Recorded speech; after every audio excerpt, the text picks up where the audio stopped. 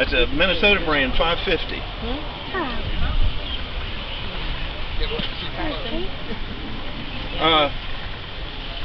Get rid of my excess gear.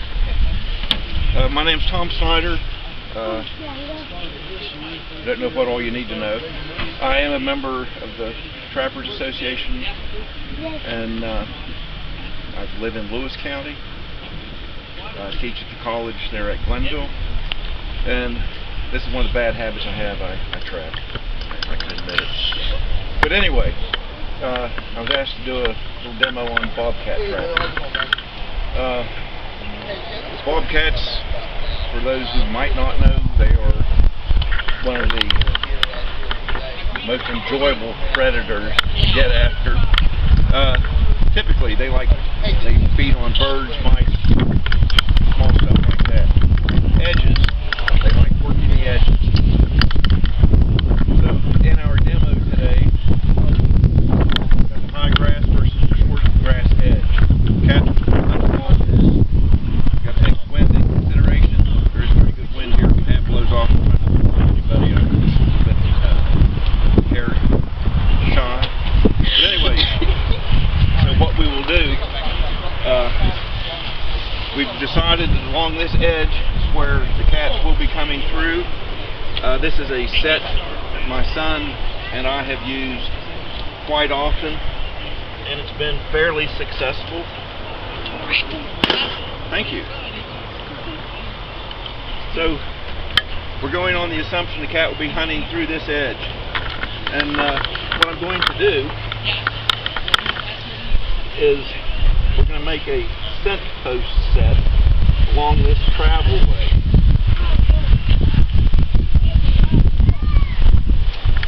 It's a lot better dirt than I'm used to using. There's not enough clay in it, which is always a real joy when it's rain. But anyway,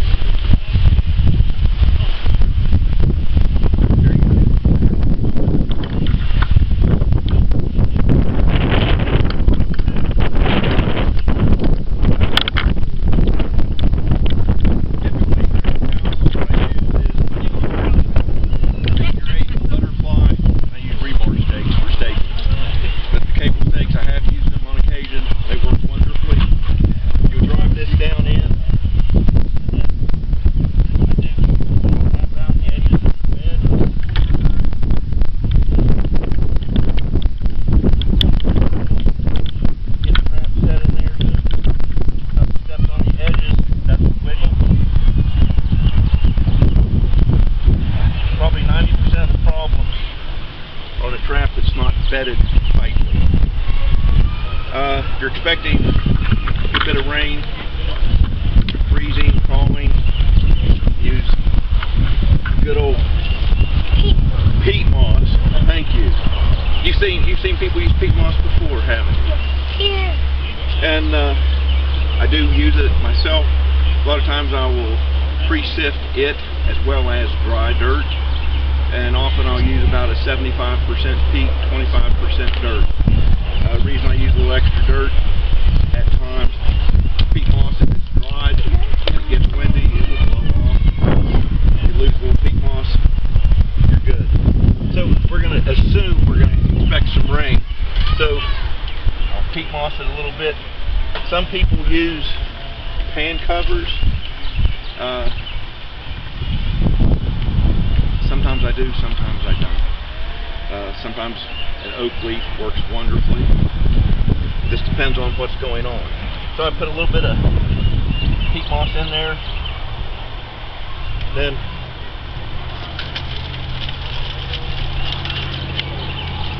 sift this dirt back through.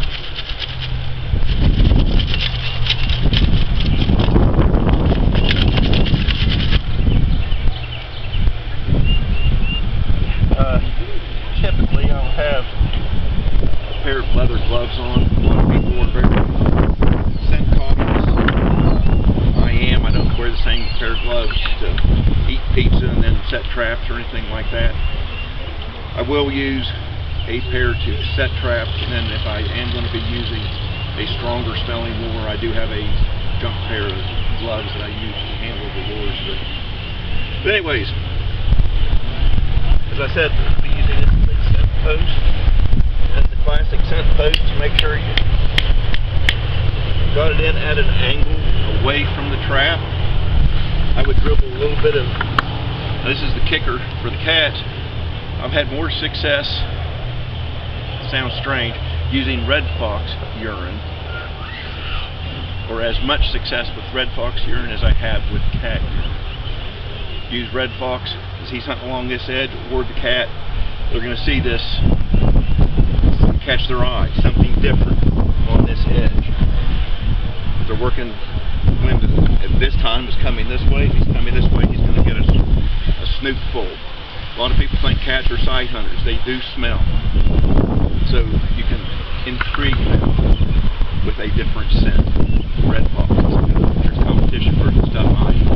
Let's check you out. So you played your cards right. Tomorrow morning when you come in on your check, Bob's going to be sitting here waiting. You know, I may or may not do a little bit more backing, blocking. You could set a rock there, even another twig. Blackberry or Montfleur rose twigs are nice to use. No one wants to step on a briar. You don't need a whole limb, just one piece, 4 or 5 inches long. You can step over or step between them. Works wonderful. That's how you catch cats in about 2 minutes. I can tell you that we have had great success with it. Historically, the worst part was my 9-year-old son had caught 5 cats and I had not caught any. And it's kind of irritating when a youngster says, "When I think you're ready, Dad, I'll teach you how to catch them." But then when I decided to start catching cats, our best yet is 32-pounder. It was a pretty nice one. But again, it was typically just set like this. Actually, it was on the edge of a pond dam. They would just cut around the edge of that pond. Cattails, opportunity for birds or rabbits during the fall of the year. They were hunting. The edges were great edge hunters. A lot of our canines are. But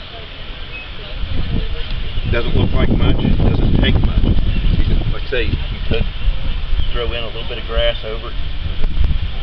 Just break up the outline a little bit. Just a rock or two or a twig is all you need. Questions? Yes, sir. Do you use any visual attraction at all? I mean, no. Other than The steak is 99%. That's all I use.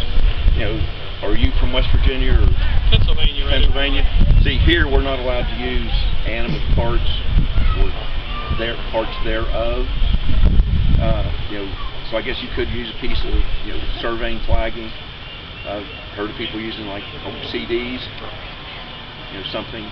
But like if we were to tie a grouse feather, that would be considered illegal. But you could go to Walmart or somewhere and get a feather boa or something fake furred and put a piece up there that you would wish.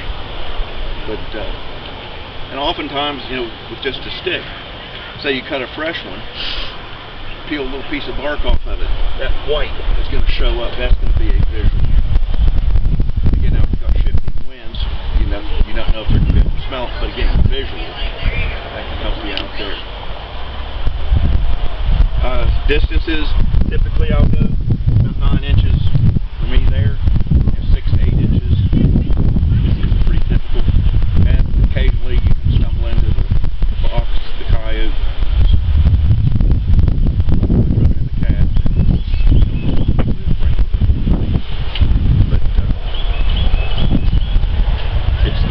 that difficult. If there's nothing around, you can't catch it. But more often than not, there are cats out there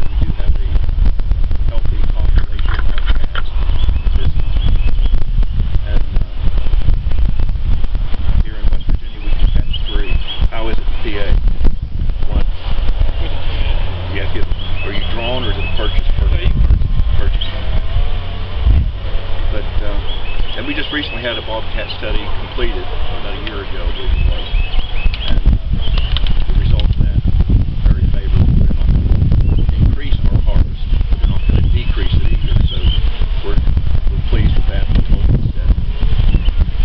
But again, yes, sorry, I didn't even catch off. Do you think they will increase it at some point? we can all hope. Yeah. And think positive. And we've got a lot of good habitat out there. And as we all know, it is a renewable resource. So that makes it even better. Any other questions? Yeah, so you use a urine. You don't use any kind of lure or anything? Or just a urine? I mean, occasionally, I might got a stink bug going up the right shoulder. You're right, there you go. But maybe like in late January, early February, I might, just for a change up, hit it with a shot of glands for it.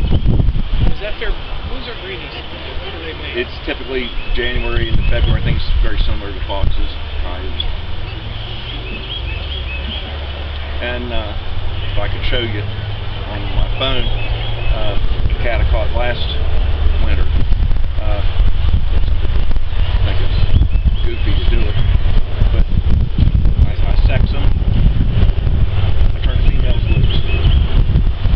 So catch a hold, give him a quick whip, like I can show you on the phone. You can see if he's packing or not. If he's packing, he goes home with me. If it's female, turn her loose. Now you don't want to take 12 minutes to do this check. Cats seem to have a very short or very small lung capacity, probably in about 2 minutes. Yeah, I was going to ask you, they say they check out easy. Very quickly. So you don't want to take a whole lot of time with it. Just grab and check it.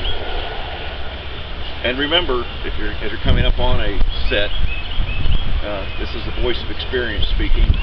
As you roll up to it, pile off the four-wheeler, the truck, or as you're walking up to it, get the camera out. Check and see if it's a front foot catch or a rear foot catch. Reason being, I've got a fairly good snout on me. I rolled in one morning before daylight, nice cat bouncing around, rolled up from about 15 feet, stepped off the four-wheeler, you pulled out the camera, squatted down, and it missed my snout by about 2 inches. I had him by the back foot instead of the front foot, so my 6 foot wasn't near enough. So I think I was probably close to a world record reverse paw. It might have been about 12 or 15 feet, and I used a zoom mode on the camera to take care of the picture. But just something you experience. I'll pass that on to others. Maybe save a trip to the hospital for stitches. If you want to do this. It's exciting. Questions? About how long would you leave that set if without attached? Typically, where I've been trapping, it's about 3 to 5 days on the rotation for the cats. If it's a fox, typically it would be a day or 2. Gray foxes, typically every day. Every 24 hours you could receive them. Coyotes, one place where I was trapping, it was 7 days before they make it back through one of their rotation. It just depends on how big they're hunting. But on cats, 2 to 5 days, and if I'm still thinking along this edge, it's got to be good. Hunting this patch of brush. I'll leave it for 2 or 3 weeks, and occasionally we'll pick up the coon, pick up the fox, the coyote occasionally. That's just great when you're out with the cats. But again, you set the traps where they will be. No matter what kind of great lure you're using, there's no such thing as one that's going to draw them 300 yards. You got to set where they're going to be naturally, and you set where they're going to be hunting, that habitat, that edge. You've narrowed the playing field down appreciably, in my thoughts. Questions? You're bound to have them. Right. Best job of explanation you ever heard. That's a great job. God, that's a $5 line. I owe you $5. Any other questions? Any other I use a MB 550 there, any number 2, probably 1 3/4. You can catch them in a 1 1/2. But again, it's just adjust, paying attention a little bit. You want that good solid pad catch. That's what we all strive for. Well, thank you very much.